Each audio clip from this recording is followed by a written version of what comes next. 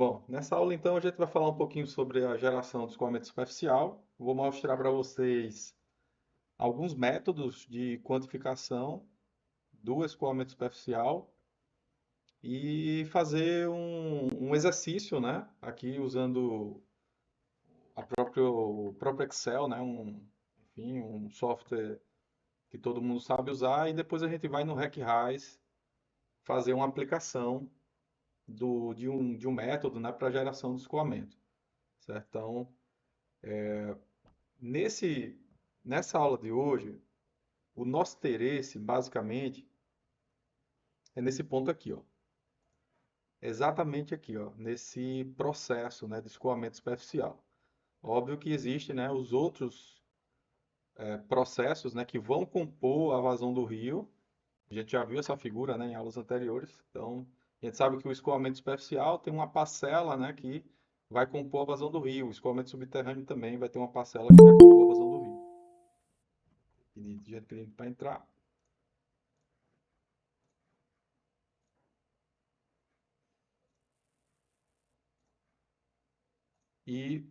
Mas sem dúvida nenhuma, quando acontece um evento de chuva, a principal parcela de vazão aqui no rio é o escoamento superficial, né? Como eu falei, ele vai acontecer exatamente nessas situações, né, onde está acontecendo, né, precipitação em forma de chuva.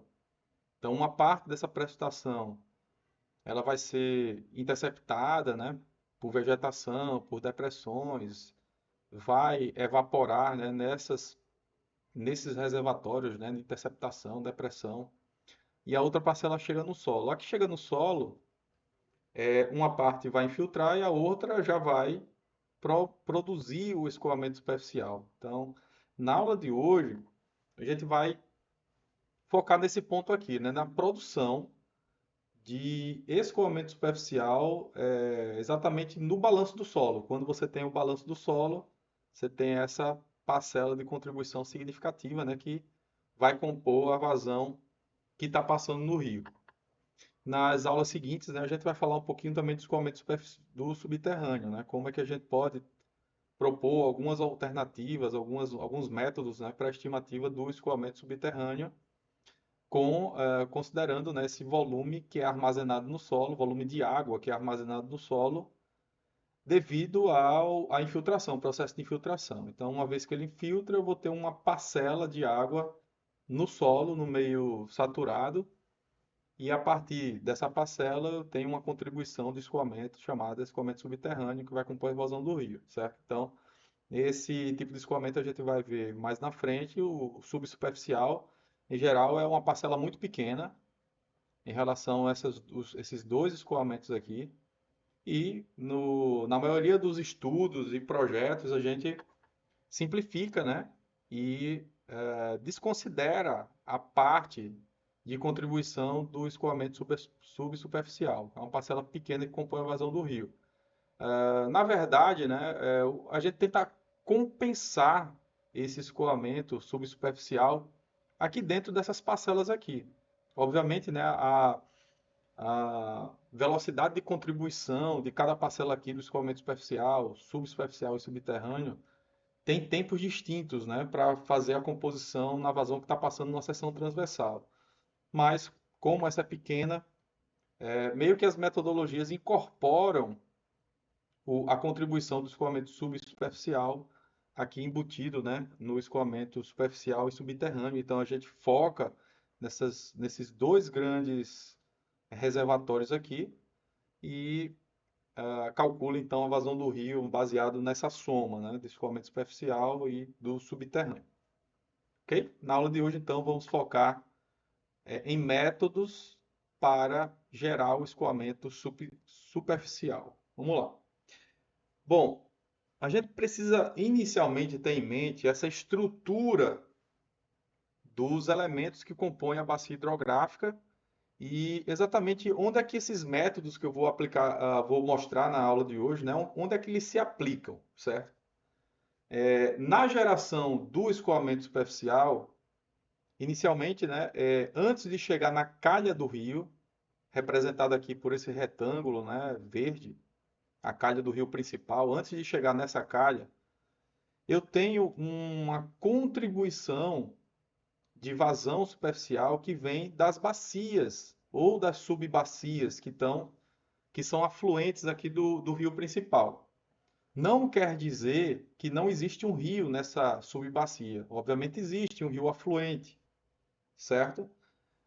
Mas essa parcela de geração do escoamento superficial ela é aplicada ao elemento de subbacia ou de bacia que já tem o afluente já em sua composição, certo? Então, não são coisas distintas, né? Então, nesse componente de bacia, a gente não separa a parcela de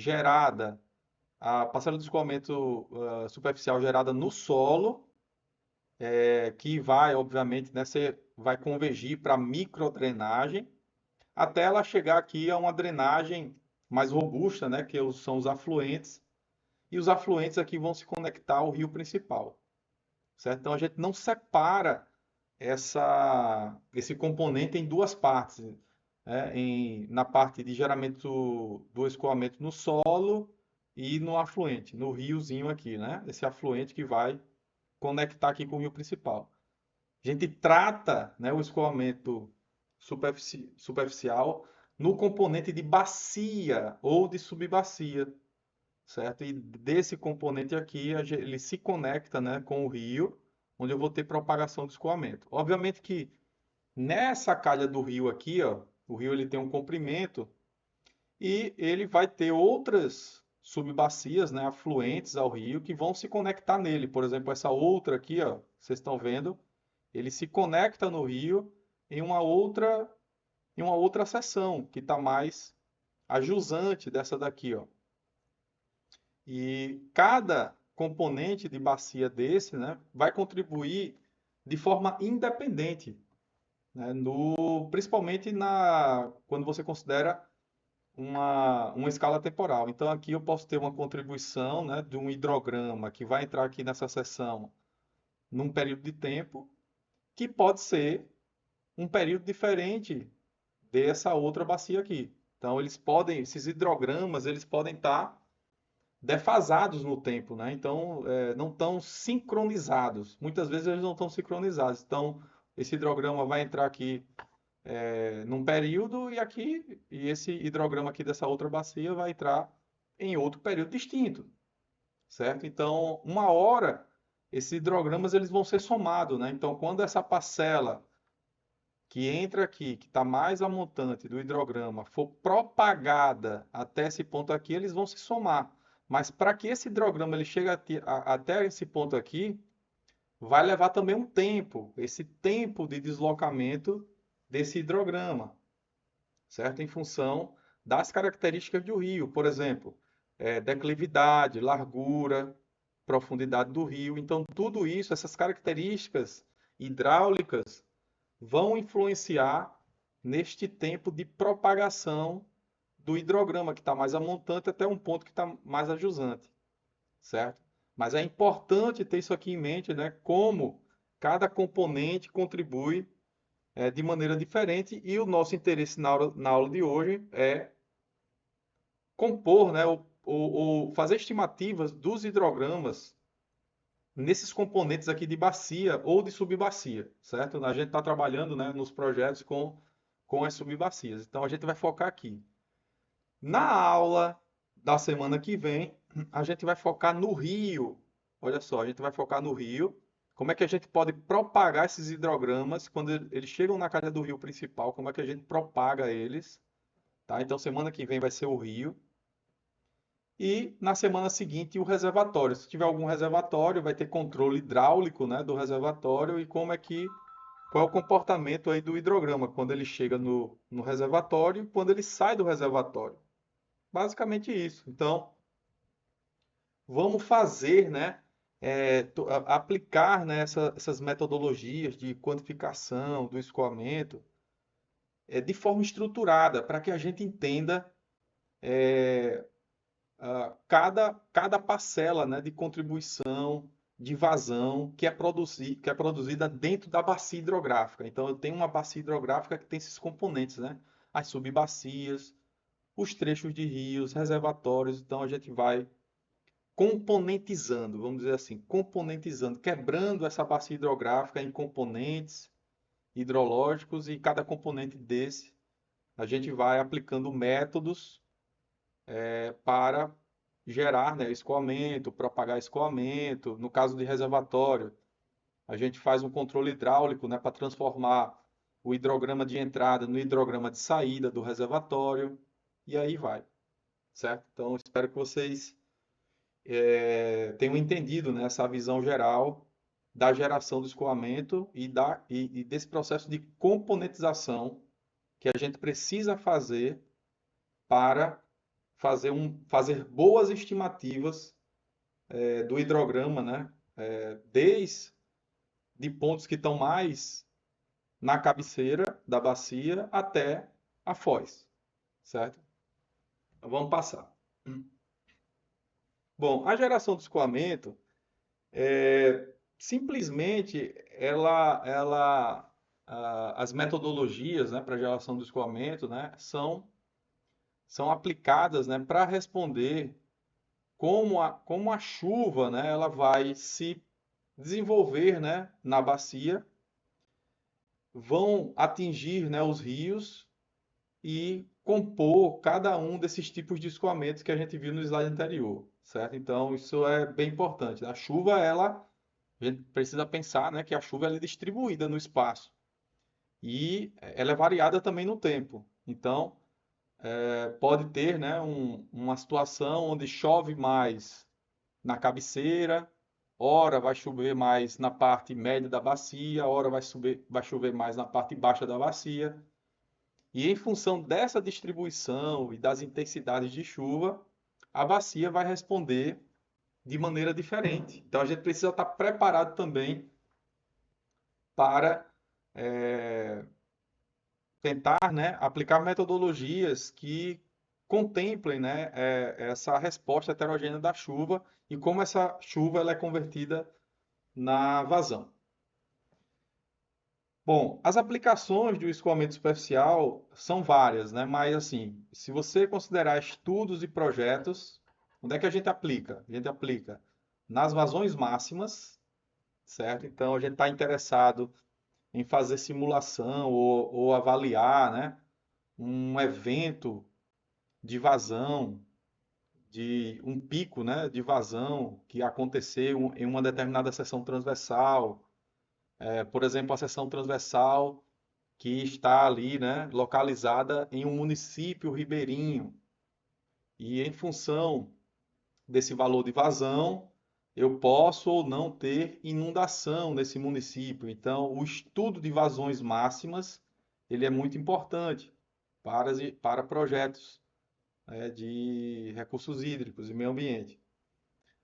Os hidrogramas de projeto, né? Então, os hidrogramas de projeto, além das vazões máximas, ou seja, dos picos, a gente também vai conseguir reproduzir o comportamento do hidrograma de cheia, certo? Ou seja, toda aquela característica do hidrograma, né, que a gente comentou na aula passada, de ascensão, do pico, da recessão do hidrograma, o ponto de inflexão, a gente consegue, né, em função dessa caracterização, separar exatamente a contribuição superficial, a contribuição subterrânea, né, quando a gente observa o hidrograma. E além disso, né, a gente também pode fazer aplicações para previsão de cheias. Então, se você consegue representar bem um hidrograma em função da chuva, você pode, em função de uma chuva prevista, né, uma previsão de chuva, né, existem várias metodologias, várias ferramentas, né, que faz previsão de chuva para uma determinada região. Então, em função dessa chuva prevista, a gente pega essa chuva e converte em vazão prevista. E, consequentemente, a gente consegue fazer uma previsão de cheias. Quanto maior o horizonte dessa previsão de chuva, maior vai ser também o horizonte de previsão da vazão. O que é importante saber? Que existem diversos métodos, né, para geração do escoamento, métodos simplificados e modelos mais complexos. A gente vai focar, obviamente, em métodos mais simplificados, mas os modelos complexos, na verdade, são composições de métodos simplificados, né? Então, eles vão partindo de métodos simplificados e vão tornando esses métodos ou mais robustos ou compondo mais processos hidrológicos ali para representar a transformação chuva-vazão. Mas a diferença, né, é que a gente vai ter nos modelos mais complexos, né, talvez uma resposta muito mais próxima da realidade, em alguns casos, principalmente quando a bacia ela apresenta muita heterogeneidade espacial de clima, de geologia, de relevo, de uso e cobertura do solo. Então, quando você tem muita heterogeneidade, os modelos mais complexos eles dão uma resposta melhor. Só que nem todas as situações, os modelos mais complexos, eles vão ser adequados ao teu problema, né?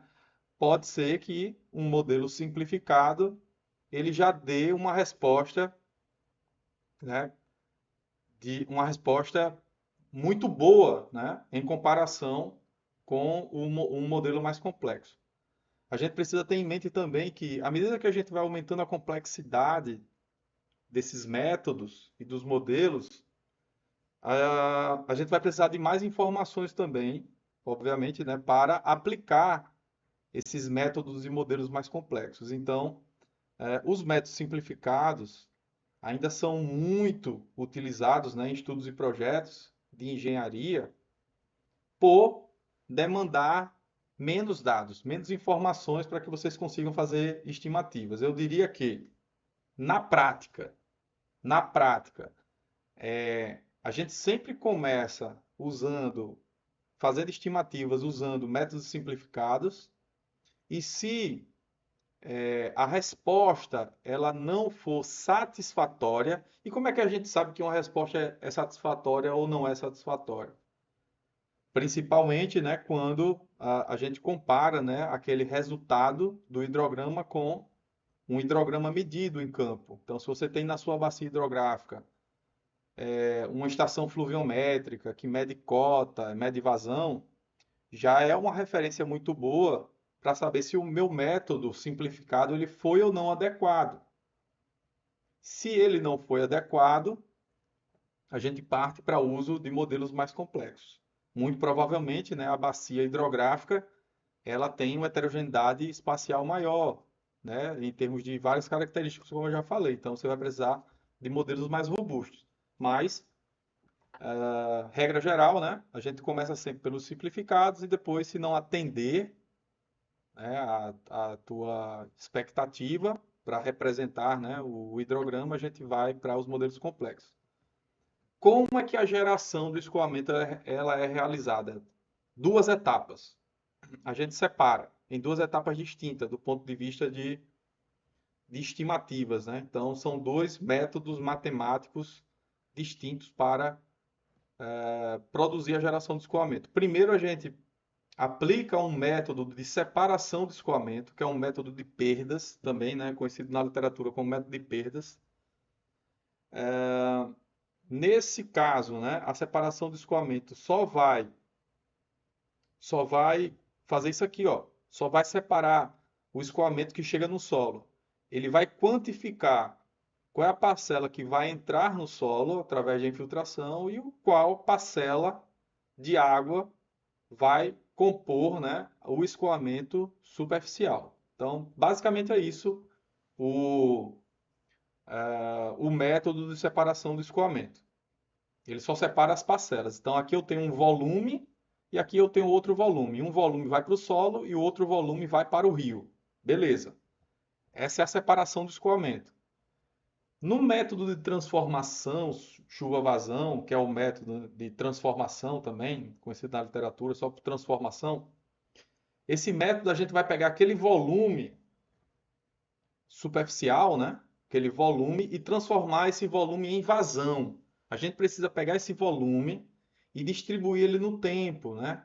E aí a gente vai ver a seção do hidrograma, o pico e a recessão do hidrograma. Basicamente é isso que o método transformação chuva-vazão ele faz, né? Então, eu preciso primeiro aplicar essas duas etapas de formas distintas, certo? Primeiro calcular o volume superficial, pegar esse volume depois e segmentar esse volume no tempo, né? Então, distribuir ele no tempo e, consequentemente, determinar o hidrograma, certo? Então, vamos começar então apresentando para vocês alguns métodos de separação do escoamento.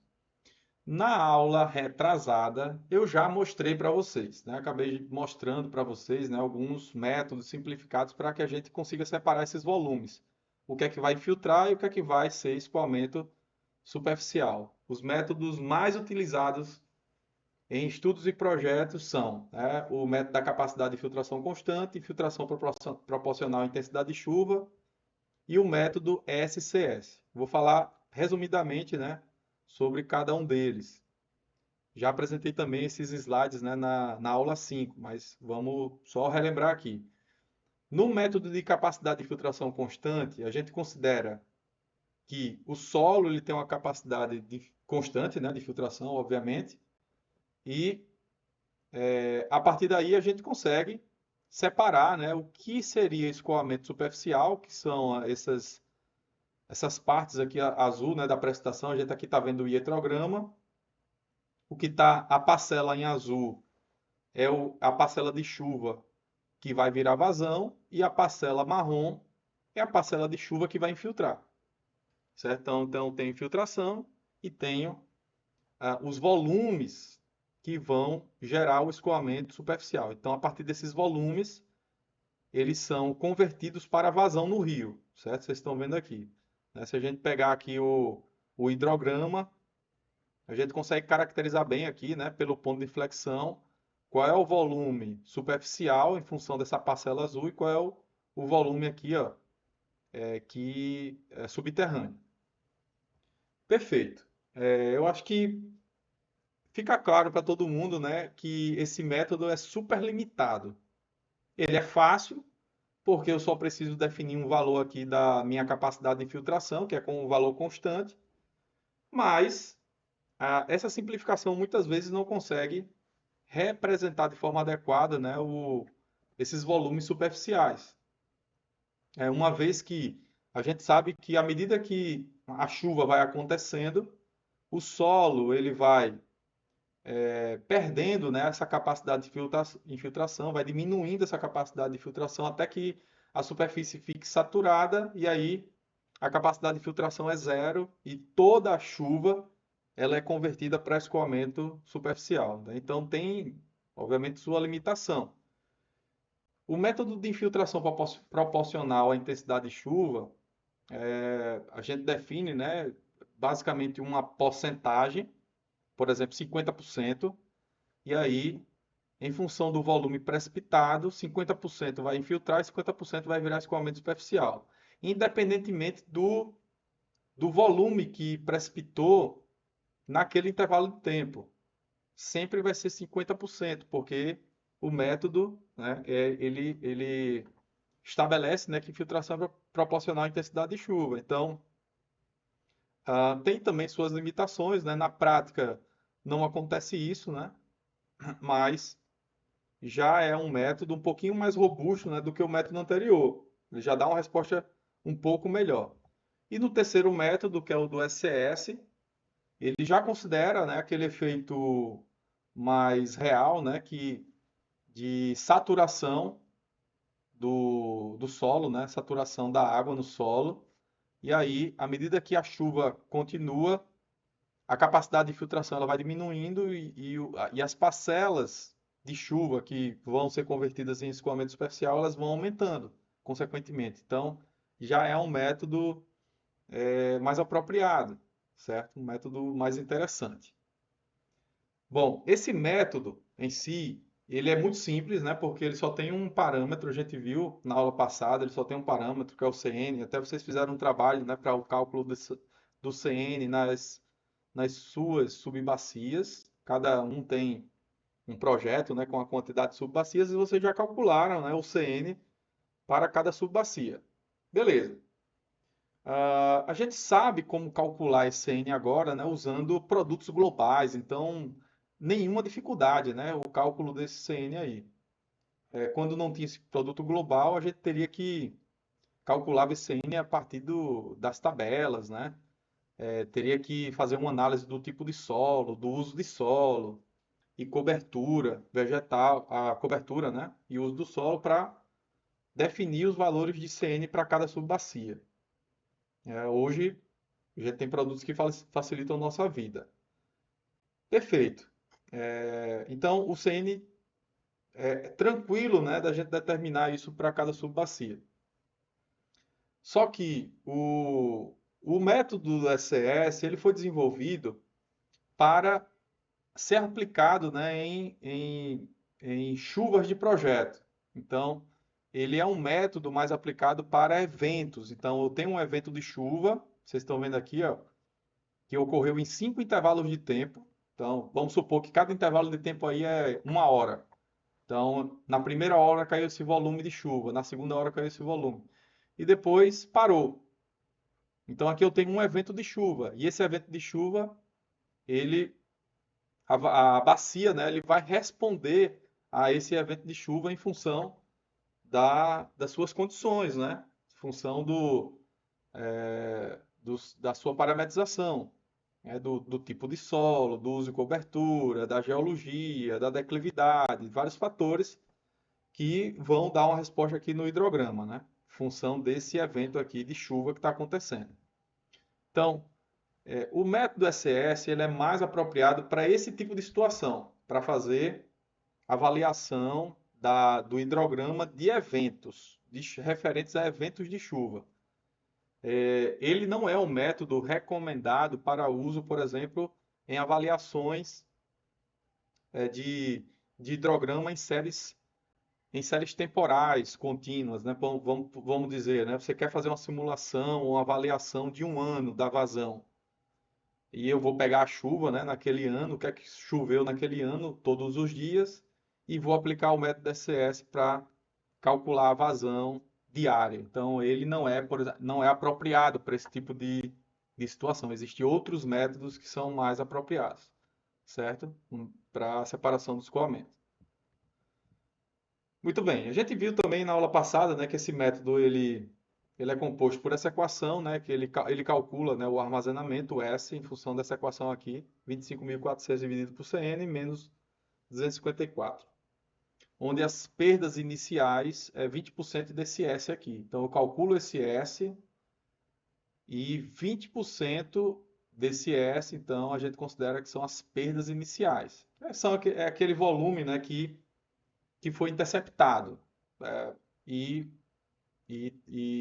consequentemente, né, um volume que foi volta para a atmosfera, né, em função da evapotranspiração.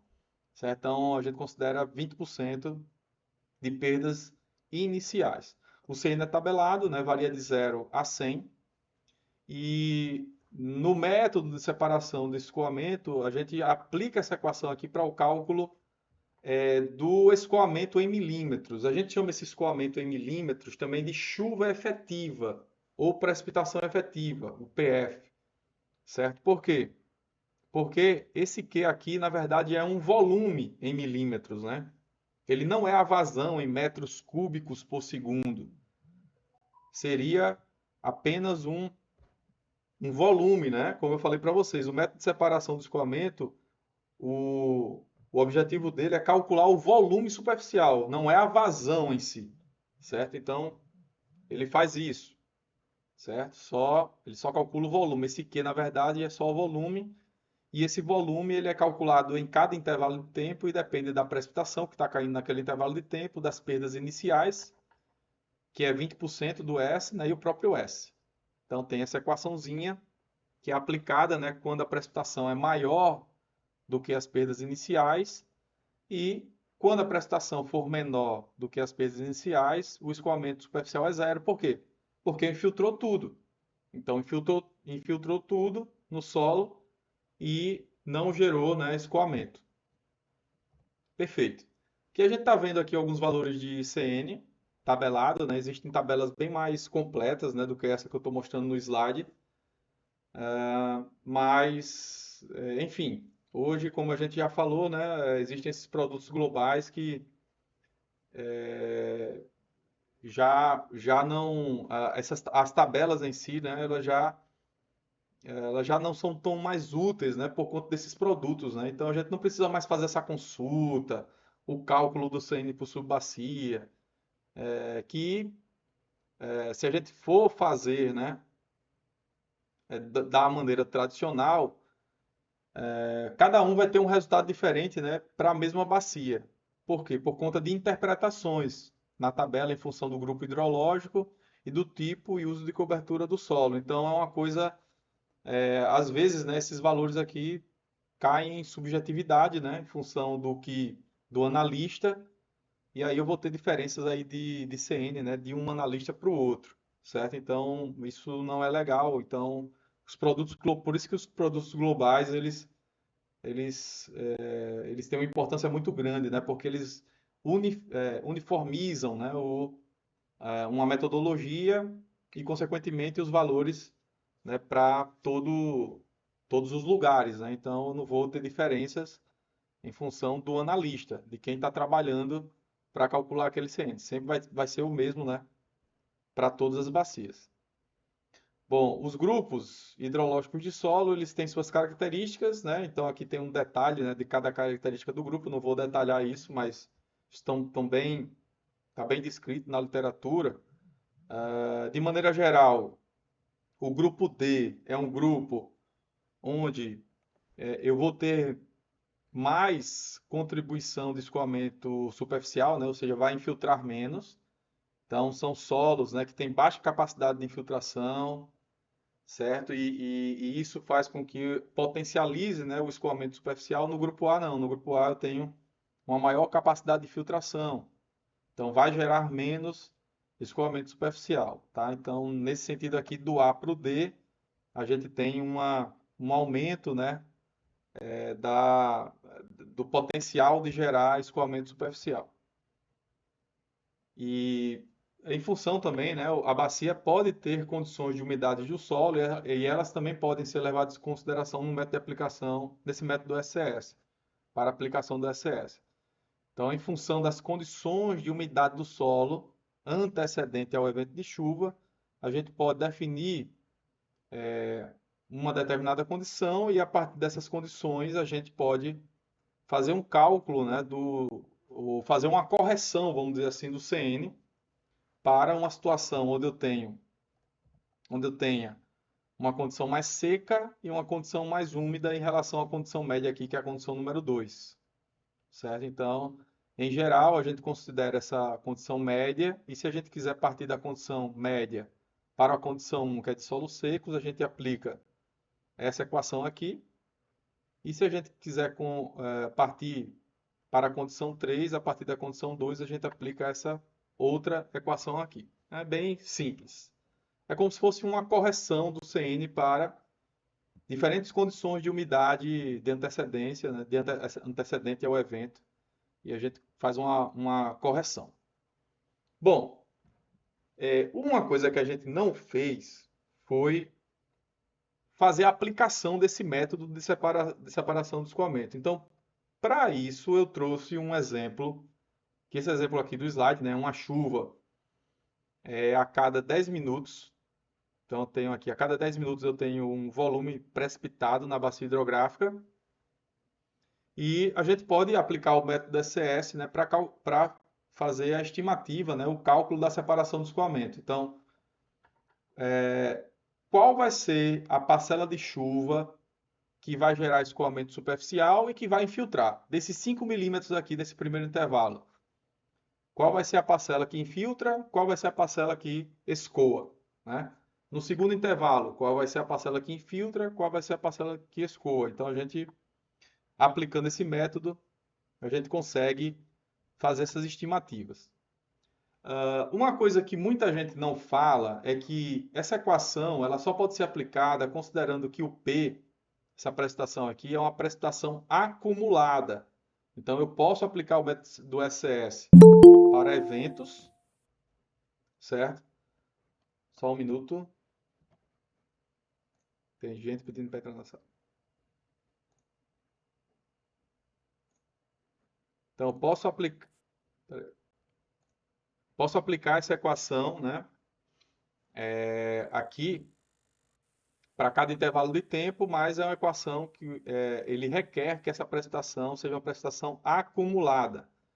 Então, essa chuva que caiu em cada intervalo de tempo, ela precisa ser acumulada aqui. Então, ó, a gente cria uma nova coluna, né, chuva acumulada. No primeiro intervalo, a chuva acumulada é de 5, né, que é referente a esse valor aqui, né, do primeiro intervalo. No segundo intervalo de tempo, o acumulado já vai ser 5 mais 7, 12. No terceiro intervalo de tempo, o acumulado já vai ser a soma aqui, né? De 5 mais 7 mais 9, 21. E assim por diante, a gente cria uma nova coluna aqui dos acumulados, da chuva acumulada. E daí a gente aplica o método do SCS, né? Considerando, por exemplo, que o nosso CN, né, tabelado aqui é 80, a gente pode, né, fazer uma estimativa aqui, né, definindo o CN. Cadê o CN aqui, ó? Definindo o CN, a gente pode calcular o S e depois calcular o IA, né, que são as perdas iniciais. O IA é 20% do valor de S. Então, o CN aqui ele é referente à bacia, né? Então, cada bacia tem um valor de CN, ou subbacia. Muito bem. Então, definindo um valor de CN para a minha subbacia, eu consigo calcular um valor para o S, que é o armazenamento, e um valor aqui para o IA, que é 20% do S. Ok? Então, nesse caso aqui, as perdas iniciais, 12,7. Quer dizer que abaixo, uma precipitação acumulada abaixo de 12,7 vai infiltrar tudo. Acima de 12,7 eu já vou ter escoamento superficial, certo? E o escoamento superficial vai ser dado por essa fórmula aqui, ó. Beleza, vamos lá então. No primeiro passo de tempo, a chuva acumulada era de 5. 5 é menor do que 12,7, que são as perdas iniciais. Então, o escoamento superficial é zero. No segundo intervalo de tempo, a chuva acumulada foi de 12. 12 é menor do que 12,7. Então, o escoamento superficial acumulado também é zero. No terceiro intervalo de tempo, a chuva acumulada é de 21. 21 já é maior do que as perdas iniciais, 12,7. Então, o que é que eu faço? Eu pego essa chuva acumulada aqui, aplico nessa equação. Aplico nessa equação para calcular qual é o volume superficial naquele intervalo de tempo. Aplico essa equação aqui e aí a gente chega num valor. Nesse caso aqui deu 1. Aplicando o valor 21, deu 1. No quarto intervalo de tempo, a chuva acumulada era de 29. 29 é maior do que 12. Ok. Então eu aplico de novo, né, aqui essa equação, considerando que o meu P agora é 29. E eu vou obter o Q, né, que é o escoamento superficial acumulado, 3,3. E assim por diante. A gente faz isso para todos os passos de intervalos de tempo seguinte, né? Até o final aqui da chuva. Então vocês estão vendo aqui todos os valores calculados. Esses valores são volumes acumulados de escoamento superficial, certo? E consequentemente, em função desses volumes que escoaram superficialmente, a gente consegue obter o valor que infiltrou, porque o valor que infiltrou é basicamente a subtração da chuva com o escoamento. Então, esse menos esse vai dar o que infiltrou. No segundo intervalo, 12 menos 0, o que filtrou acumulado foi 12. No terceiro intervalo, a chuva acumulada 21 com o escoamento que foi 1 acumulado, então o que infiltrou acumulado foi 20, né? 21 menos 1, 20, e assim por diante. Então a gente pode calcular a infiltração acumulada. Para que a gente possa obter os escoamentos, né, em cada intervalo de tempo, porque isso aqui são, pela fórmula aqui eu tenho os escoamentos acumulados, né, essa fórmula aqui vai me dar os escoamentos acumulados. Para obter o volume do escoamento superficial em cada intervalo de tempo, o que é que a gente faz? a gente subtrai um intervalo do outro. Então, por exemplo, no início, né, o escoamento é zero, que filtrou tudo. No segundo intervalo, 0 menos 0 vai dar 0. No terceiro intervalo, 1 menos 0 vai dar 1. No quarto intervalo, 3,3 menos 1, 2,4. Aqui está arredondado, né? Mas provavelmente pela casa decimal aqui. No quinto intervalo, 4,9 menos 3,3, 1,6. E no último intervalo, 5,8 menos 4,9, 0,9. Então a gente tem aqui os volumes escoados em cada intervalo de tempo. A mesma coisa a gente pode fazer para a infiltração acumulada aqui, desacumular a infiltração para ter a infiltração em cada intervalo de tempo. E com isso a gente consegue, né, separar o escoamento. Então, da parcela de chuva, olha só que legal, da parcela de chuva, aqui ó, o que choveu, agora eu tenho ó, a parcela que escoou superficialmente e a parcela que infiltrou. No primeiro intervalo, choveu 5, infiltrou 5, escoou 0. No segundo intervalo, choveu 7, infiltrou 7, escoou 0. No terceiro intervalo, choveu 9, infiltrou 8, escoou 1. No quarto intervalo, a chuva foi de 4 milímetros, infiltrou 2,4 e escoou 1,6. A soma vai dar 4. No último intervalo, a chuva foi de 2, escoou 0,9, infiltrou 1,1. A soma vai dar 2. 1,9 mais 1,1, 0,9 mais 1,1 vai dar 2. Certo? Então, é um método simples, onde a gente consegue fazer essa separação do que vai escoar e o que vai infiltrar.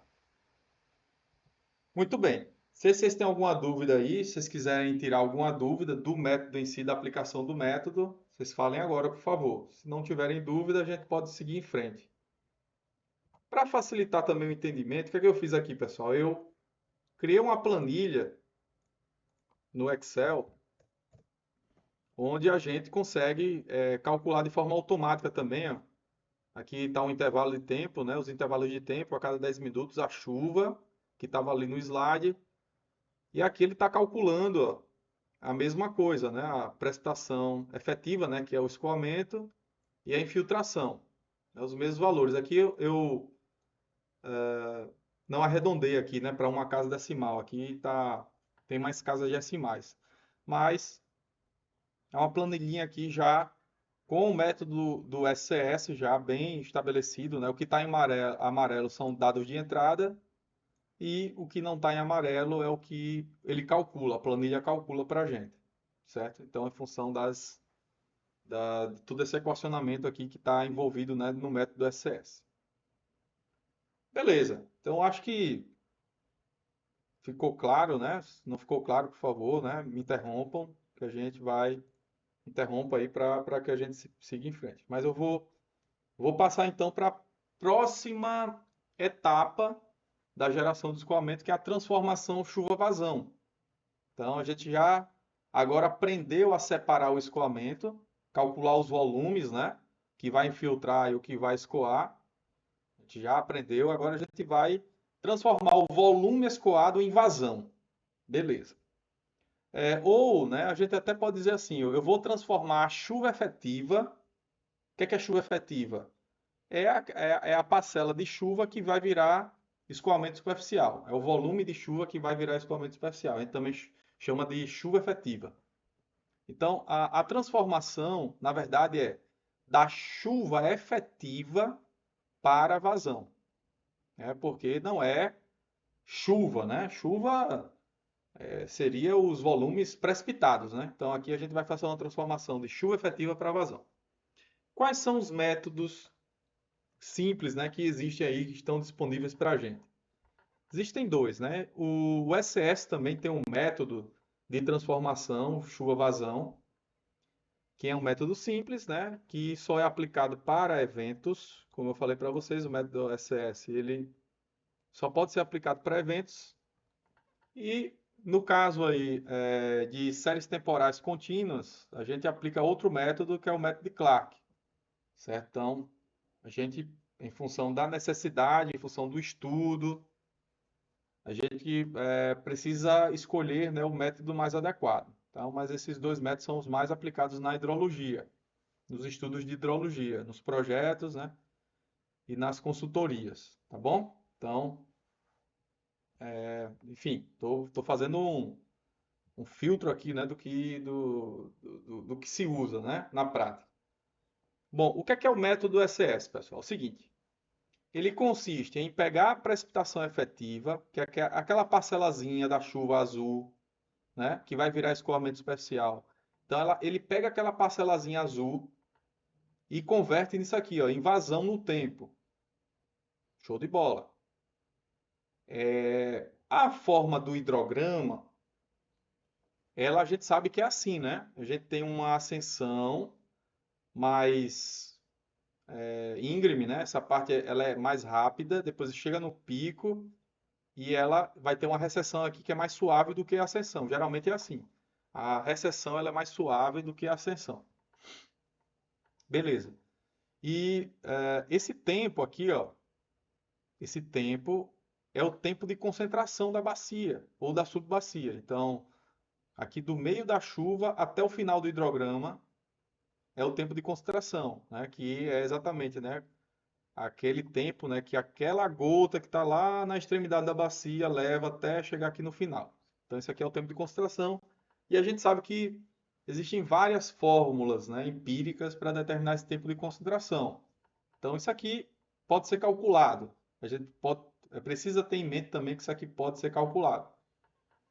Beleza. Aí o que é que o SCS ele propôs, pessoal? Ele propôs, né, um hidrograma simplificado, que é chamado de hidrograma unitário, certo? O hidrograma unitário, ele é um hidrograma para uma chuva unitária, basicamente isso. Então, essa precipitação efetiva unitária, uma precipitação de 1 milímetro, ele gera um hidrograma, certo? Uma precipitação de 2 milímetros, ele vai gerar um hidrograma duas vezes, né, a intensidade desse hidrograma aqui para uma chuva de 1 milímetro, mas o tempo de deslocamento desse hidrograma vai ser o mesmo. Ele considera que vai ser o mesmo. Então, tem um tempo de concentração. Então, para a chuva de 1 milímetro, eu vou ter uma vazão de pico. Para a chuva de 2 milímetros, eu vou ter uma vazão de pico duas vezes maior. Só isso. Certo? Então, eu vou ter uma ascensão mais íngreme, vai ter o pico aqui duas vezes maior e depois vai ter recessão. E a vazão zero aqui, superficial zero, é exatamente nesse tempo aqui, ao final do tempo de concentração. Muito bem. Aí o que é que o SS fez? Ele propôs um hidrograma sintético simplificado, considerando chuva unitária, ou seja, 1 milímetro de chuva efetiva, chuva efetiva. Nesse hidrograma aqui, para descrever ele, eu só preciso da vazão de pico.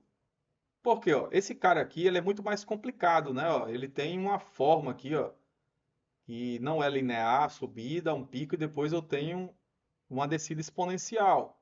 Então, matematicamente, representar essa forma do hidrograma de forma sintética, ela não é adequada. Então, o que é que a gente faz? A gente usa um método sintético e com a vazão de pico e sabendo a localização exatamente da vazão de pico, a gente assume que a ascensão ela vai ser linear e a recessão também vai ser linear.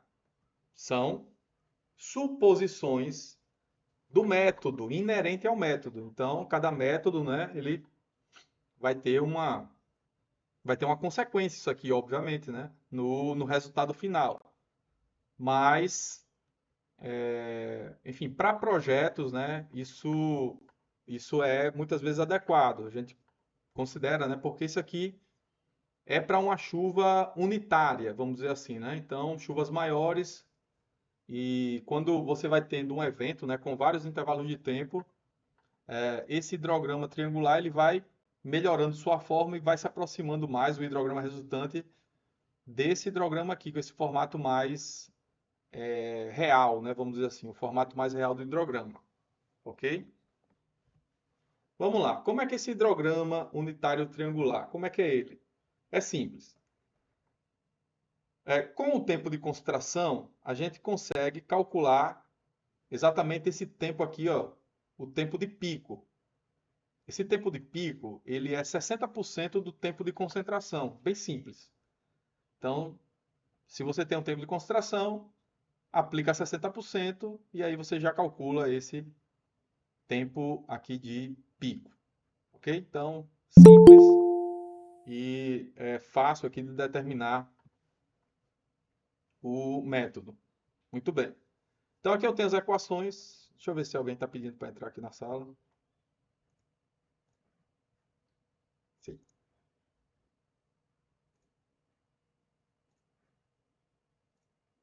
Então aqui são as equações do hidrograma unitário triangular.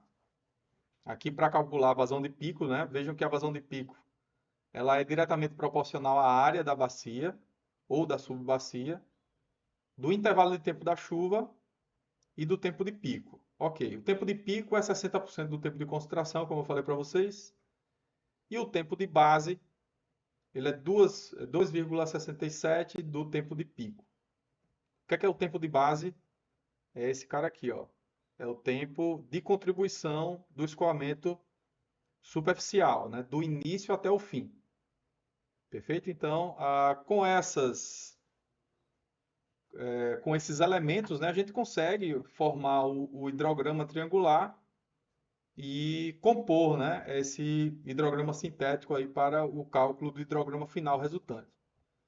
Muito bem. E aí vem um método, né, o método SES, ele aplica uma metodologia que é a chamada convolução. O que seria a convolução? Se eu tenho um evento de chuva, onde eu tenho parcelas de chuva que caíram em cada intervalo de tempo, nesse caso aqui eu tenho 3 parcelas de chuva em intervalos de tempo distintos. Então, no primeiro intervalo caiu esse valor, no segundo intervalo um valor um pouquinho maior de chuva efetiva, e no terceiro intervalo esse valor aqui menor, né, de chuva efetiva. Beleza. Cada parcela de chuva efetiva dessa vai gerar um hidrograma. Um hidrograma. Então, por exemplo, a primeira chuva aqui, essa chuva nesse primeiro intervalo, gerou esse hidrograma aqui, ó, em lilás, né? Então, do primeiro intervalo de tempo até o final. Beleza. A segunda chuva já é uma precipitação efetiva maior, né? No segundo intervalo de tempo. Então ela gera um hidrograma um pouquinho maior. Essa parcela aqui já gera um hidrograma um pouquinho maior. E essa terceira parcela de chuva que caiu no terceiro intervalo de tempo já vai também gerar outro hidrograma aqui, ó, um pouquinho maior do que o primeiro, né? E menor do que o segundo. O hidrograma resultante, o hidrograma final resultante vai ser a soma desses 3 hidrogramas aqui. Observe que cada hidrograma desse ele partiu da onde? Partiu em diferentes intervalos de tempo, né? Então, o primeiro hidrograma, ele partiu do zero para o intervalo de tempo t igual a zero. O segundo hidrograma partiu do segundo intervalo de tempo, né, que é mais ou menos aqui. E o terceiro hidrograma partiu desse outro intervalo de tempo aqui, ó, do terceiro intervalo de tempo. Ele partiu daqui e foi até o final. Então, a soma deles vai dar, então, o hidrograma resultante. Então, esse processo ele é chamado de processo de convolução. Cada parcela de chuva efetiva gera um hidrograma no seu intervalo de tempo.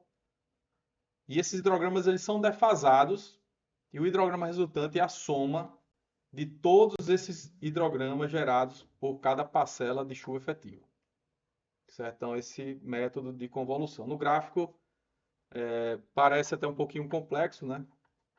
Mas é bem tranquilo de calcular, né? Quando a gente começa a enxergar essas parcelas de maneira independente, né? Uma parcela de chuva que gera um hidrograma, a outra parcela de chuva gera um segundo hidrograma, a terceira parcela de chuva gera um terceiro hidrograma e depois a gente só vai somando.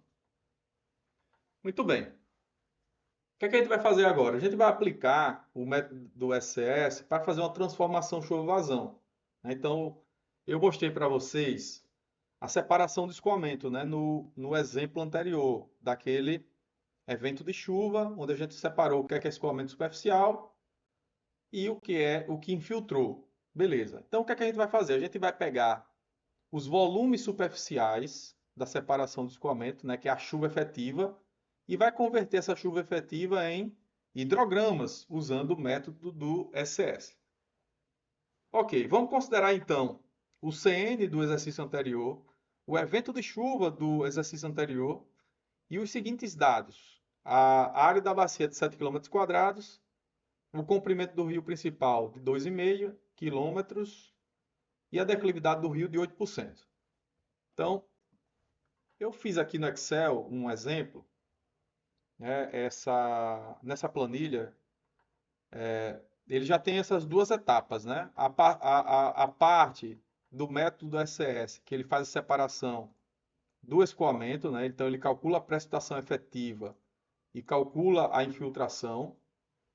E nessa segunda etapa aqui, ó, ele aplica, né? Ele calcula os hidrogramas para cada intervalo de tempo, o hidrograma da chuva 1, da chuva 2, da chuva 3.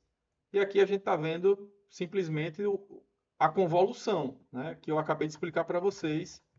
A convolução, né? Porque o hidrograma 1 parte do primeiro intervalo, o hidrograma 2 parte do segundo intervalo de tempo, o hidrograma 3 parte do terceiro intervalo de tempo e assim por diante, né? Então, cada hidrograma referente a cada parcela de chuva parte de uma posição aqui no tempo, né? Eles sempre estão defasados em um intervalo de tempo.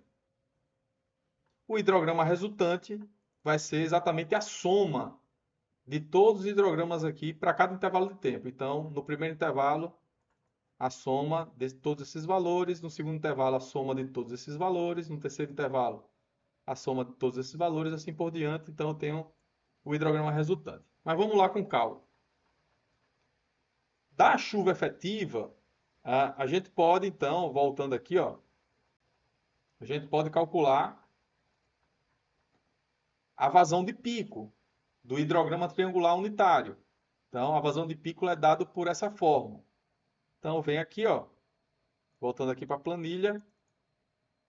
Olha só. Vazão de pico, eu calculei aqui nessa célula aqui, ó. Olha a aplicação da fórmula. 0,208 vezes a área da bacia é de 7 km², dividido pelo intervalo de tempo de chuva sobre 2, o intervalo de tempo de chuva de 10 minutos, mais o tempo de pico, ele foi calculado aqui, ó, que é 60% do tempo de concentração. O tempo de concentração foi calculado aqui nessa célula, aplicando a equação de Kipch, né? Aplicando a equação de Kipch, né? Ele deu o comprimento e deu a declividade. Então, eu posso aplicar a equação de Kipch para obter o tempo de concentração. Calculei o tempo de concentração. 60% do tempo de concentração é o tempo de pico. E com essa informação, a gente consegue calcular a vazão de pico, a vazão unitária, né? Para uma chuva de 1 milímetro. Vocês estão vendo aqui a unidade, ó. Metros cúbicos por segundo por milímetro de chuva efetiva. Por milímetro de chuva efetiva. Certo? Então, como é que eu formo, então, o meu hidrograma unitário triangular com a vazão de pico? É simples. Eu preciso definir a vazão de base, né? Qual é o tempo de base, né? Desse hidrograma unitário. Qual é o tempo de base? E esse tempo de base, ele basicamente vai ser a soma, né, do intervalo até o pico, né? O intervalo até o pico é o tempo do pico aqui, né, que seria 28 minutos. 28 minutos, se a chuva caiu a cada 10 minutos, né, então o meu pico ele vai ter mais ou menos 3 intervalos de tempo. Ele vai cair mais ou menos em 30 minutos. Né? Então aqui o tempo de pico aqui não foi exatamente proporcional, né, ao intervalo de tempo, né? Então, se a gente dividir aqui, ó, 28 por 10 minutos, né, que é o intervalo de tempo de chuva, vai dar 2,83. Então, arredondando esse 2,83, eu arredondei para cima aqui, que está mais perto, né? Então, até o pico, eu vou ter 3 intervalos, 30 minutos. Beleza. E a recessão do hidrograma, ela é dada, vamos voltar aqui para o slide, ó. Aqui eu tenho o pico aqui, né, até o tempo de pico eu vou ter o pico do hidrograma unitário e a recessão é 1,67 do tempo de pico. 1,67 do tempo de pico vai dar, cadê? Aqui é o tempo de base, né? Então, subtraindo um pelo outro, o tempo de base menos o tempo de pico vai dar aqueles 1,67. Deu 47 minutos. 47 minutos dá quantos intervalos de tempo? 47 dividido por 10 minutos, né? Deu 4,73. Arredondando o número, vai dar 5 intervalos de tempo. Então, a recessão em 5 intervalos de tempo. Então, a seção do hidrograma em 3 intervalos de tempo e a recessão em 5. Totalizando 8 intervalos de tempo do hidrograma unitário. Não sei se vocês pegaram aí, mas a gente separou, né? O hidrograma unitário, né? Para caracterizar ele, né? A gente precisa saber o tempo, né? Que vai atingir o pico e o tempo da recessão. Vocês estão vendo aqui o hidrograma unitário já em formato de gráfico. Então, o que é que eu fiz? O pico, esse valor do pico do hidrograma unitário está onde? Ele está em 30 minutos. Então, ele está aqui, ó, 30 minutos, está aqui o valor do pico. Tempo de pico aproximadamente 30 minutos. No primeiro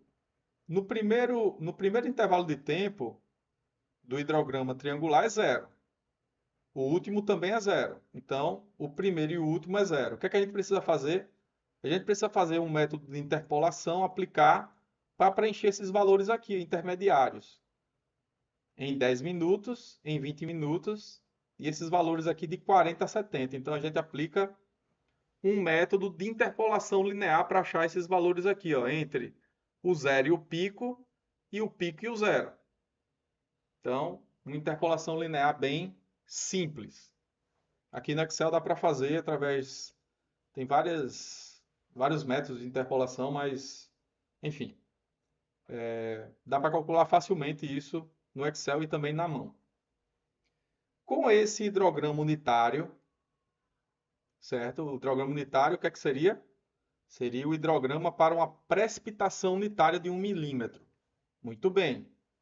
Então, para cada precipitação efetiva dessa, eu vou ter hidrogramas distintos, né? Usando o hidrograma unitário. Então, a precipitação efetiva vezes esse hidrograma unitário vai me dar o hidrograma no primeiro intervalo de tempo. A precipitação efetiva do segundo intervalo de tempo vezes o hidrograma unitário vai me dar o hidrograma no segundo intervalo de tempo. A precipitação efetiva no terceiro intervalo de tempo vezes o hidrograma vai me dar o hidrograma no terceiro intervalo de tempo e assim por diante até eu fechar aqui até o último intervalo de tempo. Foi o que eu fiz aqui, ó. Só para vocês verem, né? Eu peguei a precipitação efetiva, copiei.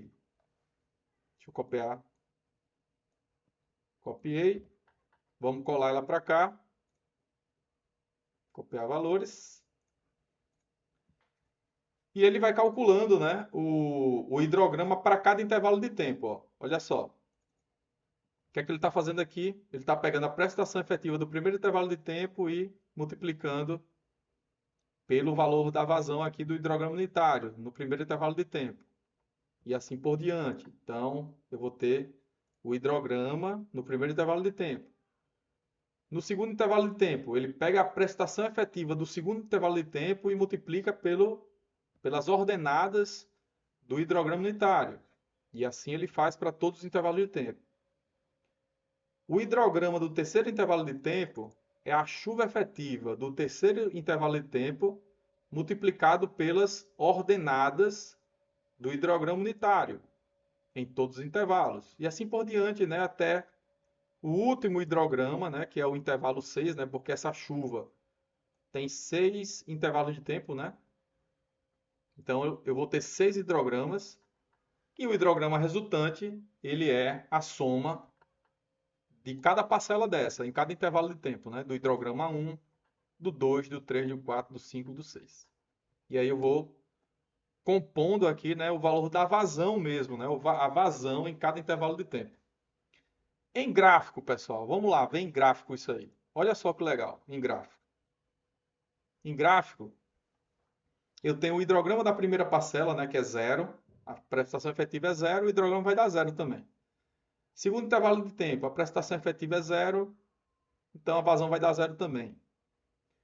No terceiro intervalo de tempo, a precipitação era um valorzinho lá, bem pequeno, e ele deu o hidrograma aqui, ó, para essa precipitação no terceiro intervalo de tempo. No quarto intervalo de tempo, a precipitação efetiva maior, ele gera um hidrograma também maior, proporcional, e assim por diante. E o que vocês estão vendo em preto já é a soma de todos de todas as de todos esses hidrogramas aqui coloridos, né? Então, se eu somar todos esses hidrogramas coloridos em cada intervalo de tempo, eu vou compondo as ordenadas do hidrograma resultante, o hidrograma final para essa bacia, né, que tem 7 quilômetros quadrados, declividade de 8% e o comprimento do rio ali de, não lembro, né, 1,5, eu acho, 1,5 km. Certo? Então, basicamente é isso, né? O método SCS, né? Essa convolução, ela é aplicada para basicamente para todos os métodos de transformação chuva-vazão. A gente vai ter a parte do hidrograma unitário e depois a convolução, né? Que é a aplicação do hidrograma unitário em cada intervalo de tempo, né? Pegando a precipitação efetiva daquele intervalo de tempo, certo? Então, é simples, né? Não tem nada complexo, né?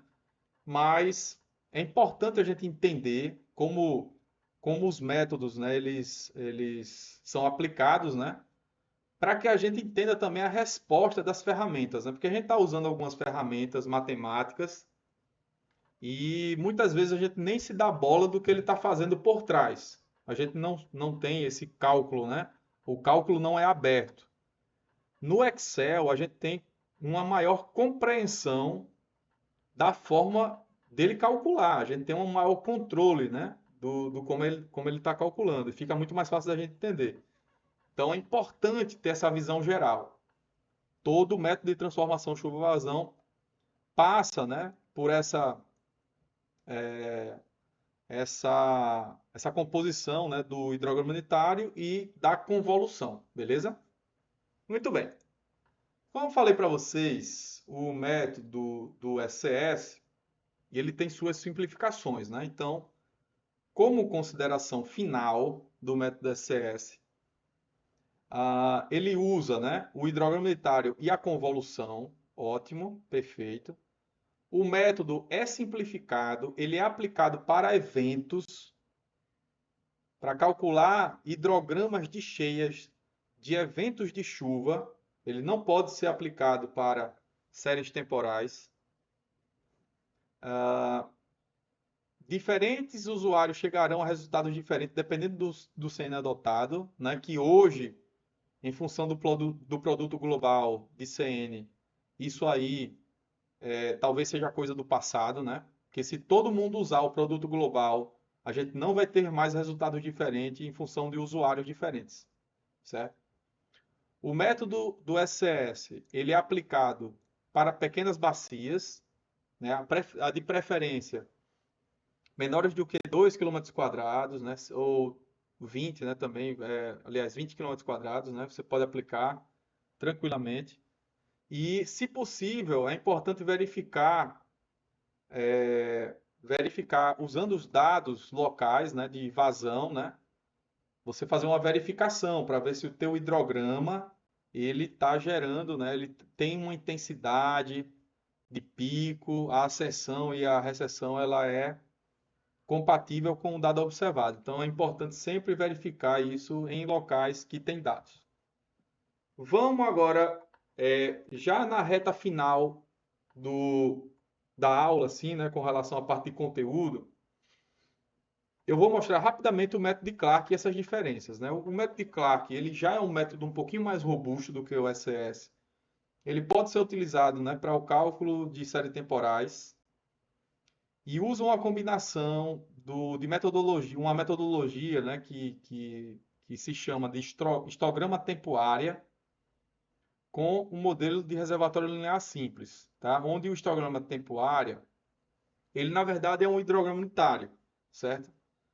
Ele considera a translação do escoamento na bacia hidrográfica a partir de linhas de mesmo tempo de concentração, vamos dizer assim, né? Então, eu tenho linhas de diferentes tempos de concentração, que são as isócronas, e aí a gente define as isócronas na bacia, e aí cada parcela da bacia vai contribuir em, em diferentes, né, intervalos de tempo, né? De forma específica para cada intervalo de tempo, certo? Basicamente é o seguinte, o resumo do método.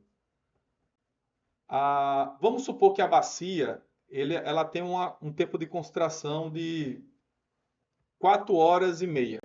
4 horas e meia. Beleza. Esse é o tempo de concentração da bacia. Beleza. Então eu posso separar aqui a minha bacia em isolinhas de mesmo tempo de contribuição. Por exemplo, aqui mais perto da foz, eu vou ter uma isolinha onde o tempo de contribuição é de 1 hora. Está mais perto da foz. Então, na primeira hora, a parcela de contribuição para a vazão vai ser dessa parte baixa da bacia. Na segunda hora, vai ser entre a isócrona de 1 hora e 2. Na terceira hora, de 2 a 3. Na quarta hora, de 3 a 4. E assim por diante, certo? Então, a gente compõe diferentes parcelas de escoamento, né, ao longo do tempo. E a gente chama essa metodologia de histograma, né? O histograma tempo-área. Então, para cada intervalo de tempo, a gente vai ter uma parcela de contribuição da bacia para o escoamento superficial. Muito bem.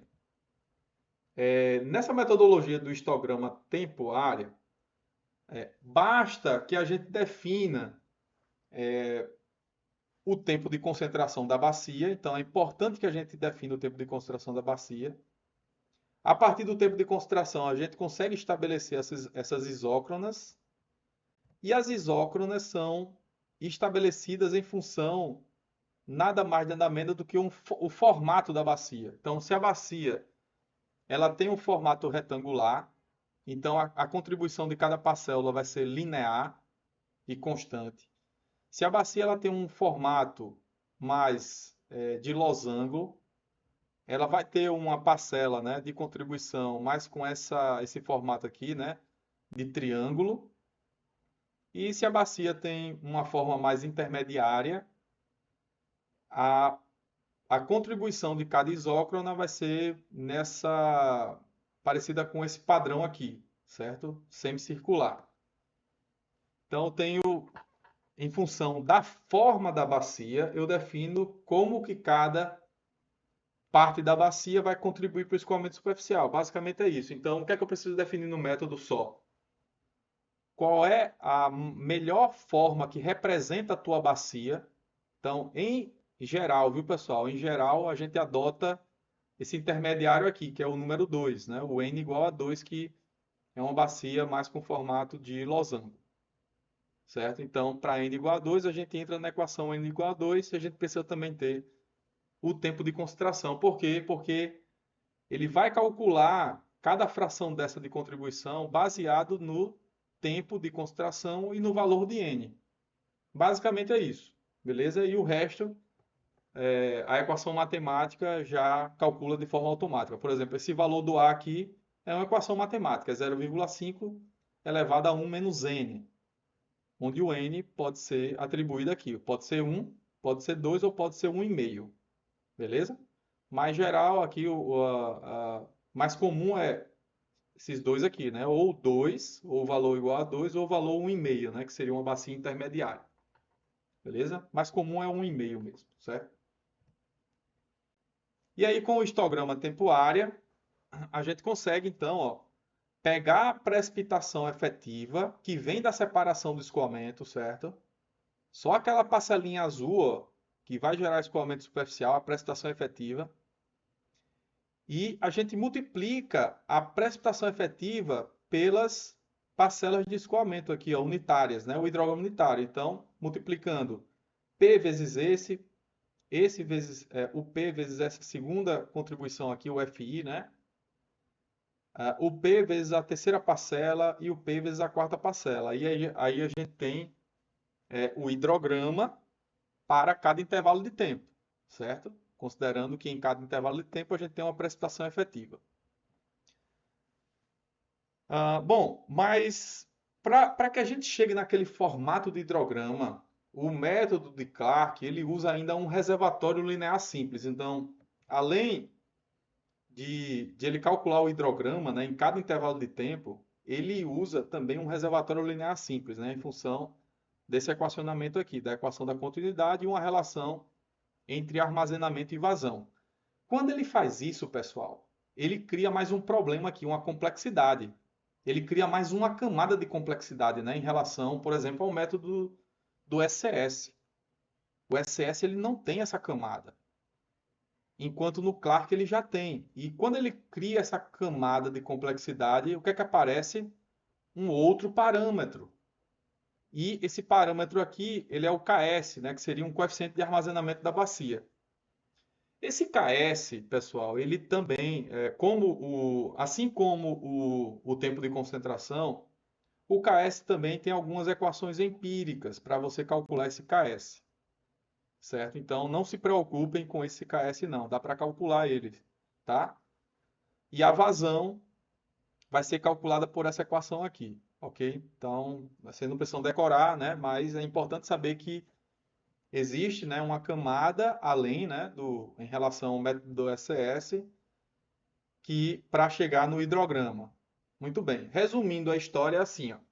Eu tenho a precipitação efetiva, da precipitação efetiva eu entro no histograma tempo-área, calculo o hidrograma em cada intervalo de tempo, e aí eu pego esse hidrograma, entro no reservatório linear para gerar um hidrograma, vamos dizer assim, o hidrograma final, né?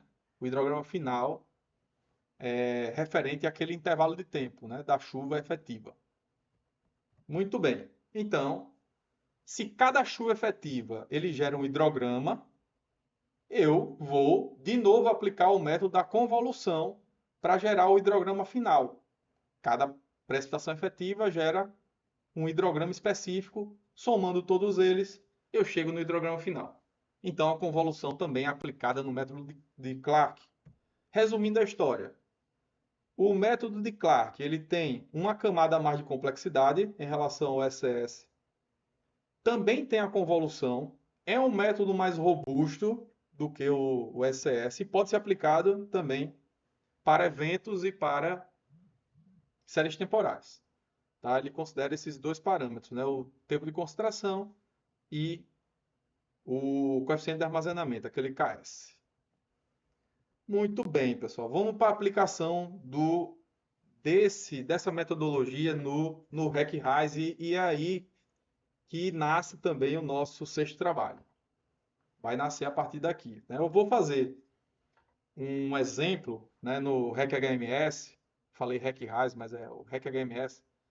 Vou fazer um exemplo de aplicação no RecHMS e vocês, no trabalho, vocês também vão reproduzir, né, não com os mesmos parâmetros, né, mas com os parâmetros de cada subbacia que vocês têm, né? Cada um tem um projeto que tem uma quantidade de subbacias, cada subbacia tem um valor de CN específico, e tempo de concentração, né? Também específico, cada bacia tem. E a gente o trabalho basicamente vai ser reproduzir o que eu vou fazer agora, certo? Só que com os parâmetros, né, das subbacias que vocês têm, beleza? Bom, antes de aplicar o método DCS, deixa eu dar uma visão geral. Aqui está errado, né? Tá separação, mas método de separação de escoamento. No SCS, esses métodos de separação de escoamento, eles estão aplicados às subbacias, beleza? Então, o componente subbacia, nesse componente de subbacia, que é um componente computacional no REC HMS, para esse componente eu vou ter um método de perdas e um método de transformação chuva-vazão. Beleza? Quais são os métodos de perda que eu tenho no REC HMS? Todos esses aqui, ó. Quais são os mais utilizados? Os que estão em negrito, certo? O que está em azul são métodos que podem ser aplicados para eventos e para séries temporais contínuas. Os métodos que estão em vermelho são métodos que podem ser aplicados apenas para eventos. Apenas para eventos. Observem que a maioria dos métodos que estão no REC HMS, a maioria deles são para eventos. Inclusive, né, ó, o famoso SCS. O famoso SCS, ele é aplicado para eventos. Não pode, né, ser aplicado para séries temporais. Então, vocês precisam estar atentos, né, nessa questão. O que é que eu tenho, né, para aplicar em séries contínuas? Só 3 métodos, né? E o mais aplicado é esse daqui, que é o Deficit and Constant, que é o déficit e constante. Seria uma capacidade de infiltração constante. Beleza? No método de separação de escoamento tem vários, né? Alguns, né? Ou vários métodos. E os dois que chamam mais atenção, né? São os dois que a gente acabou de falar aqui nessa aula, o método de Clark e o método de CS. O método de Clark ele é mais robusto. Então, eu recomendo muito, né, a utilização do método de Clark, tanto para eventos como para séries temporais. Beleza?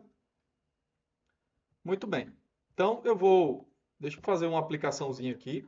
Vou criar uma pasta aqui no meu computador. Vocês estão ainda aí ou estou falando para ninguém? Acho que está todo mundo aí, né? Estamos, professor. Tá boa. Beleza. Tudo certo por aqui. Beleza. Eu vou criar uma pasta.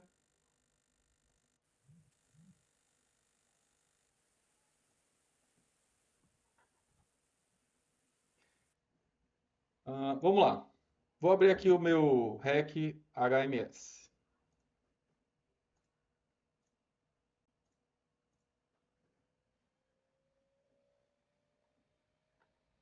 Está aqui com o programa aberto. Como é que eu começo mesmo? Preciso criar um projeto. Beleza, vou criar um projeto aqui na minha pasta de trabalho. Tem uma pasta aqui na raiz do meu HD chamada REC HMS. E eu vou criar uma pasta aqui, vou chamar ela de projeto 6. Projeto 6. E vou selecionar essa pasta.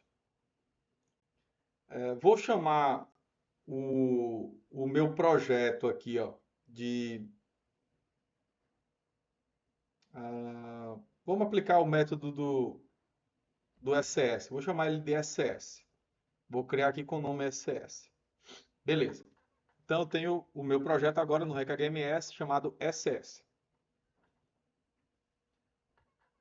Inicialmente eu preciso criar um componente de bacia. Então a gente vem aqui em componentes, criar componentes, componente de bacia. Vou chamar esse componente aqui de bacia em português. Criei e está aqui o meu componente de bacia. Tem nada, né?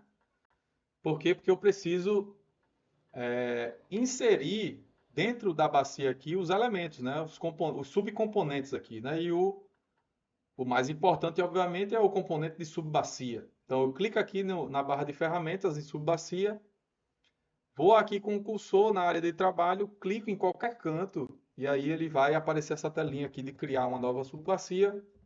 Vou chamar de subbacia, criar, e aqui a gente tem já a nossa subbacia aqui no projeto. Vou salvar isso aqui para não perder. O componente de subbacia está aqui, ó. Vou clicar aqui no componente de subbacia e aqui nessa área a gente já encontra, né, todos os os métodos, né, que podem ser aplicados aqui para o componente de subbacia. O campo obrigatório, né, para que a gente siga em frente é a área. Então, o que é que eu vou fazer, pessoal? Eu vou tentar reproduzir isso aqui, que a gente acabou, que eu fiz aqui na planilha, né? Então, para esse exemplo, a área da bacia é de 7 quilômetros, certo? Então, eu vou colocar uma área de 7 quilômetros quadrados. Beleza.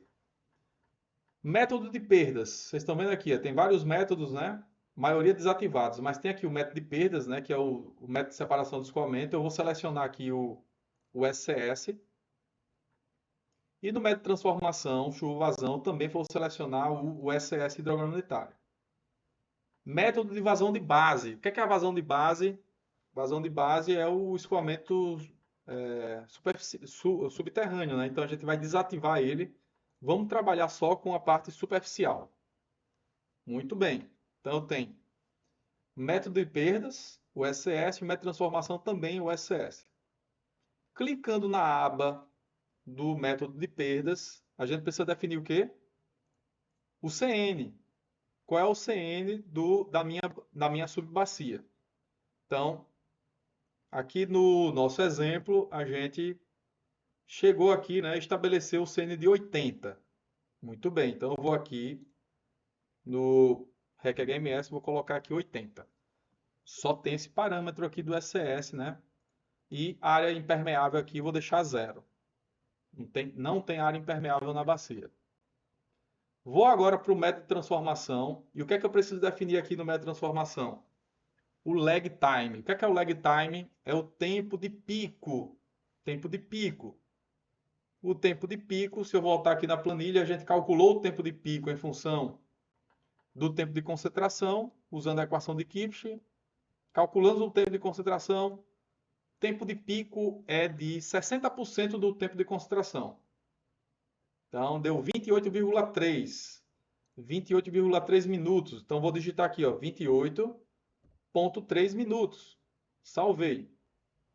E, basicamente, né, eu já concluí a configuração da minha subbacia. Eu tenho os dois métodos aqui configurados. O método de perda, já parametrizado, né, com o CN, e o método de transformação, com calculado, né, aqui o nosso tempo de pico. Ele só precisa do tempo de pico para se achar. Muito bem. Vamos seguir em frente, né? O que é que eu preciso fazer agora? Eu preciso fornecer ao programa essa chuva, esse evento de chuva aqui, que ocorreu a cada 10 minutos. Então, eu tenho esse evento de chuva, que é o evento de entrada, né, para o sistema. Como é que eu faço isso? Simples. Vou vir aqui em componentes, no gerenciador de modelos meteorológicos e vou criar um novo modelo meteorológico. Vou chamar esse modelo aqui de... Deixa assim mesmo, MET1. Tá? A sugestão aqui do programa. MET1 ele já criou uma pasta aqui, ó, modelos meteorológicos, MET1. Cliquei aqui no MET1, a gente já está vendo aqui a precipitação, né? O item precipitação. E o item selecionado por padrão é o ietrograma específico. Beleza, tá certinho. O que é que ele está dizendo aí? Que eu vou precisar fornecer para ele o ietrograma. O que é o ietrograma? É isso aqui. É isso aqui. Eu vou precisar fornecer a ele, né, essa chuva nos intervalos de tempo. Beleza, já está. Vamos deixar esse item aqui, né, do jeito que ele já definiu por padrão. E no ietrograma específico, opa, deixa eu voltar só um pedacinho aqui antes disso. Tem uma aba aqui no modelo meteorológico, tem uma aba de bacias. Então você clica aqui na aba de bacias, aí você tem aqui, ó, incluir subbacias. Por padrão é não. Então a gente vai precisar mudar esse item aqui para sim, né? Porque ele vai incluir as subbacias na chuva. A chuva vai para as subbacias. Muito bem. Então eu vou salvar.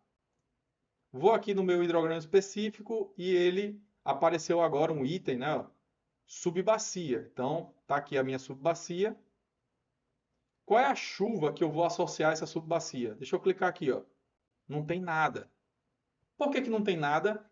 Porque eu não criei o meu hietrograma ainda. Eu não criei a minha estação de chuva. Por isso que não tem nada. O que é que eu vou fazer agora? Já que não tem nada, eu vou criar a minha estação de chuva. Então, para criar a estação de chuva, a gente vai vir aqui em componentes. Gerenciador de dados de séries temporais. Clica aqui, ó, gerenciador de dados de séries temporais. E estações de chuva, estações de precipitação. Tem vários tipos de estações aqui, mas a mais comum, né, são as estações de precipitação. Vou deixar aqui marcado, colocar aqui, clicar em novo e vou chamar ela de Plu1, né? Que seria uma estação pluviométrica. O nome dessa estação eu vou chamar ela de Plu1. Criar. Criei, fechei, já está aqui a tabelinha, uma pasta que ele criou de séries temporais, estações de precipitação e está aqui a minha Plu1. Muito bem. Qual é o intervalo de tempo da precipitação? No nosso caso ali, é uma precipitação a cada 10 minutos. Ó. O padrão dele é 15, né? Mas dá para mudar isso aqui. Ó. Vou colocar a cada 10. Beleza. 10 minutos. E por padrão, pessoal, ele coloca um dia aqui, ó. Data inicial, 1º de janeiro de 2002, 0 horas. Data final, 2 de janeiro de 2000. Aliás, 1º de janeiro de 2000, 0 hora. E data final, 2 de janeiro de 2000. Então ele coloca um dia.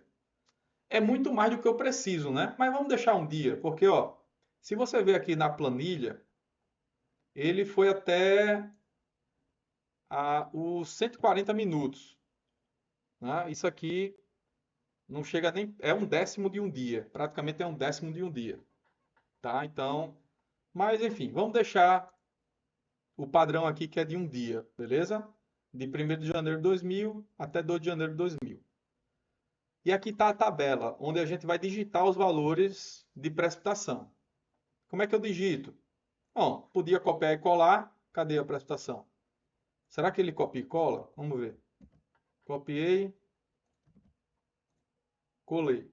Não, deu certo não. Agora sim, colei. Ctrl C, Ctrl V. Já colei aqui, ó.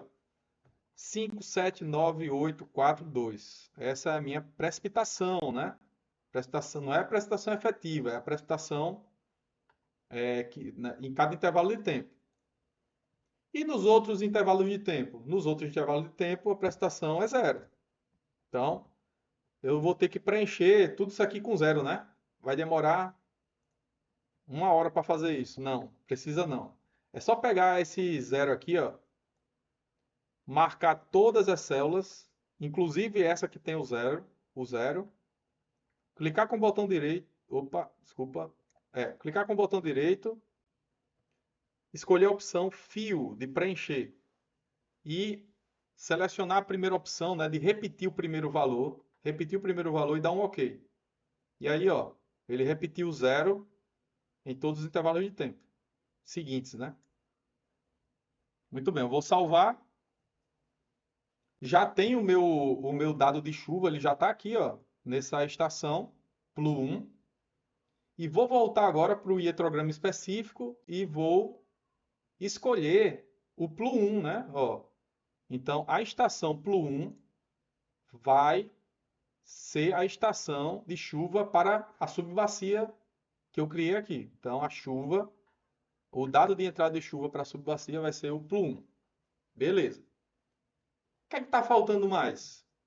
Quase nada. Agora, praticamente fazer a nossa simulação. Como é que eu faço a simulação?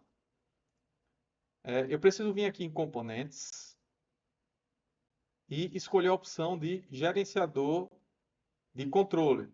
Gerenciador de controle. Criar um novo gerenciador de controle e vou chamar esse cara aqui de controle 1, em português mesmo, criar. Ele criou uma pasta de controle aqui, ó, onde a gente precisa definir o intervalo de tempo de simulação. Qual é o intervalo de tempo de simulação?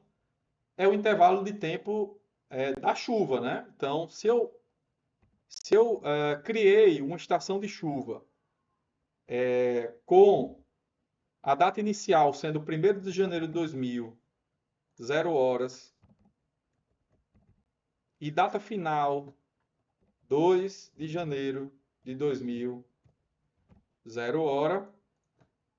Preciso definir esse intervalo também. Muito bem. Definido esse intervalo, o intervalo de tempo que eu vou usar de simulação. Aí tem um detalhe. Aí um detalhe muito importante, pessoal. Seguinte. Se eu colocar 10 minutos, eu posso ter um problema de representação do hidrograma. No Excel, a gente usou 10 minutos de intervalo aqui, né? O nosso hidrograma ficou, olha como ele ficou.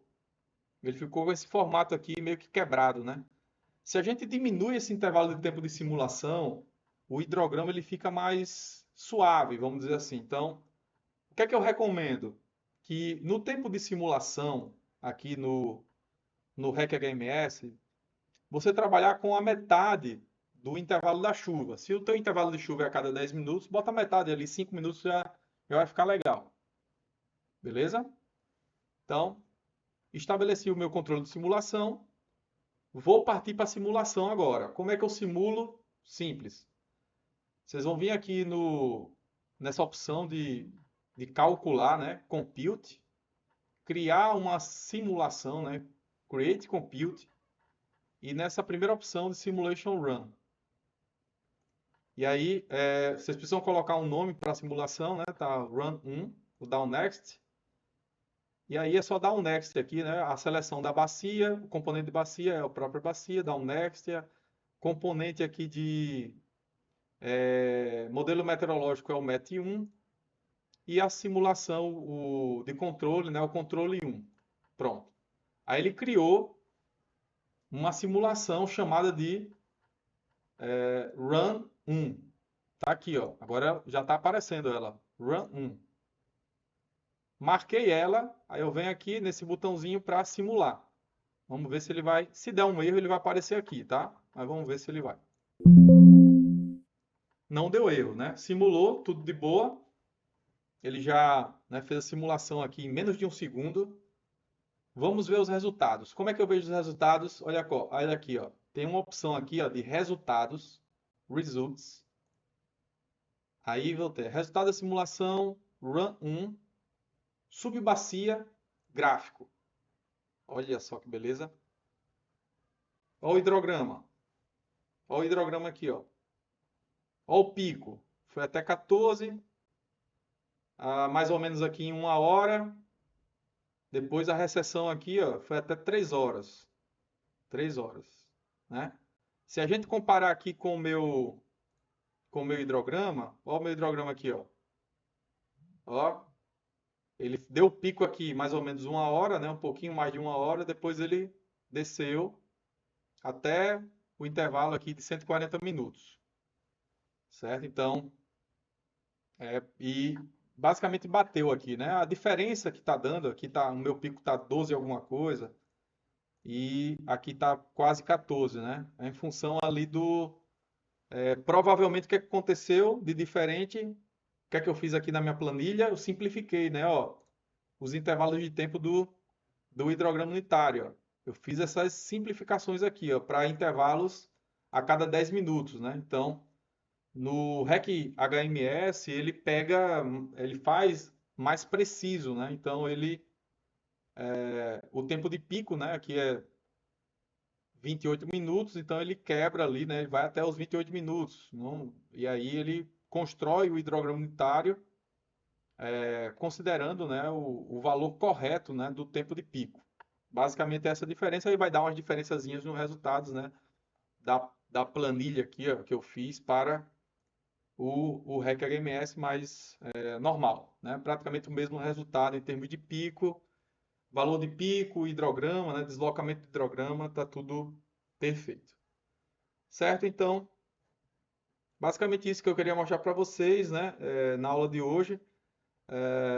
No trabalho, vamos lá no trabalho. Projeto 6. No projeto 6, vocês vão fazer o seguinte, ó. Vocês vão selecionar 2 subbacias do seu projeto. Nessas subbacias você já tem o valor do CN, né? Então, vocês já calcularam, né, foi no trabalho 4, né? No projeto 4 vocês já fizeram o valor de CN para cada subbacia. Beleza. Então, vocês vão fazer exatamente o que eu fiz agora para calcular o hidrograma, né? Usando esse evento de chuva aqui, ó, que é o mesmo que eu usei nesse exemplo que eu acabei de fazer. Então, eu usei essa chuva a cada 10 minutos. Então, vocês também vão usar essa chuva a cada 10 minutos. E vão usar dois métodos. Um método para separação do escoamento, né, onde vocês vão precisar estabelecer o valor do CN. E vocês vão usar dois métodos de transformação chuva-vazão. O método SCS e o de Clark. Então, nesse exemplo, eu só usei o SCS, né? Então, vocês também no trabalho vão usar o método de Clark. Eu quero que vocês comparem o resultado usando o método SCS e o método de Clark e discuta as diferenças encontradas em relação às características do hidrograma. Por exemplo, ascensão, pico, recessão do hidrograma, enfim, né, o tempo de base do hidrograma. Então, eu quero que vocês discutam essas diferenças em aplicando os dois métodos, né, no projeto 6. Ok? Alguma dúvida, pessoal?